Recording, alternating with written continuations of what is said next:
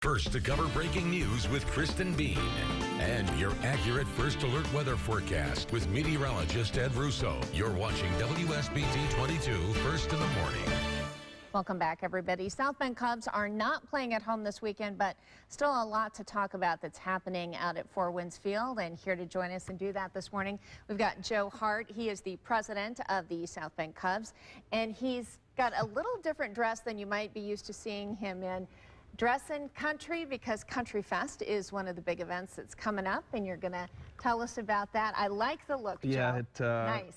Yeah, it's a little different. I had to trade in the baseball cap. Yeah. But it's all for a good cause, yeah. So 2 weeks from today is our Country Fest event, in which we're bringing in country acts Joe Nichols and Easton Corbin and Trick Pony. And really it's for a good cause, because proceeds from this event is to go towards help building a miracle park for special needs kids here in South Bend, and we've partnered with South Bend Parks and Rec. So it's going to be a great event, and tickets are on sale, and this is our second year doing it. Excellent. And I know you've got another big music festival then coming up in July as well? Yeah, July 31st, we're bringing in the Under the Sun Tour, so we have Sugar Ray, Better Than Ezra, Uncle Cracker, and Eve Six coming in. And really for us, as we said from day one, we want to be more than just a baseball entity, and we have a great facility, so we want to make it a community and a regional asset. So the more events that we can get there and showcase that facility, the better off we are, and it brings more people to downtown. And gives you a chance to bedazzle your clothing. Yeah, absolutely. Well. I'm definitely a little bedazzled today. My good friends at Big Idea Company took care of me on this. They did a nice job, for sure. The Performance Center, also something new with the South Bend Cubs affiliation. Tell us how things are going with that, and maybe for folks who still aren't quite familiar or haven't wrapped their brains around what that facility is, what can it do for folks in the community? The biggest thing is, obviously, it's for our players and the visiting teams, but it's open year-round. It's open daily. It's got pitching machines. We do private instruction. Actually, last night we hosted an event for 200 people there, a private event in which we did catered food. They had a band and a stage, and then the pitching machines were going. So there's a lot of different things that you can do, and it's at southbendcubsperformancecenter.com for all the information. But it's an amazing event and facility, and you can see here in the graphic that this is something that South Bend in this region truly doesn't have, and now we have a first-class facility for year-round training. Sure, I was on the website. It looks like you offer camps for kids out there and just a whole host of things. So if you maybe don't feel comfortable just coming down to check it out on your own, there might be an organized group activity that would be a good fit. Absolutely, and based on what Ed's been saying with rain lately, it's a great place. If Little League practice is canceled, you can come in. And the other key is it does softball as well. So girls softball teams, men that play slow pitch can come down and take a look and try it out as well. Okay, they're trying to wrap me up here, but I want to sneak in two quick questions.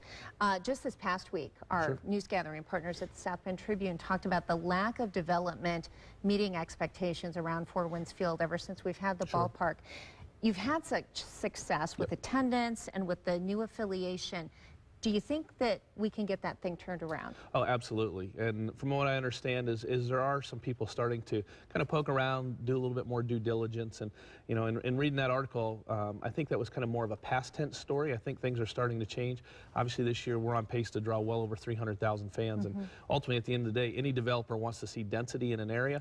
And we're starting to get that. And, I know from our standpoint, we'd love to see some development around us as well. And anything that ties us more to downtown would be a great thing, because we're only 2 or 3 blocks away, but people feel like there's such a gap in between, and there really isn't. So now we're excited about it, and if we're the anchor and kind of getting this thing going, we're very excited about that, because that was our goal from day one, bring people to downtown South Bend. And for people who maybe can't take in a game, here at WSBT, we've really got a great opportunity. We partnered up with you to show some of the games live as they're happening. We had our first one on SBT2 last weekend.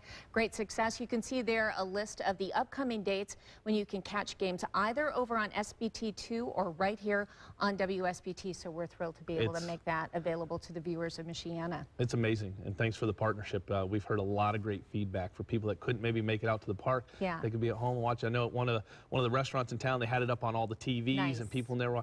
So it's a great partnership, and we're very grateful for you all. Well, very good. Well, we're going to look forward to more bedazzling, that's for sure. Okay? Yep, absolutely. All right. Thanks for joining us, Joe. And if you haven't got your sports fix quite yet, stay with us. Coming up next, a preview of Game 5 of the Stanley Cup with the Blackhawks on the precipice of glory. Stay with us.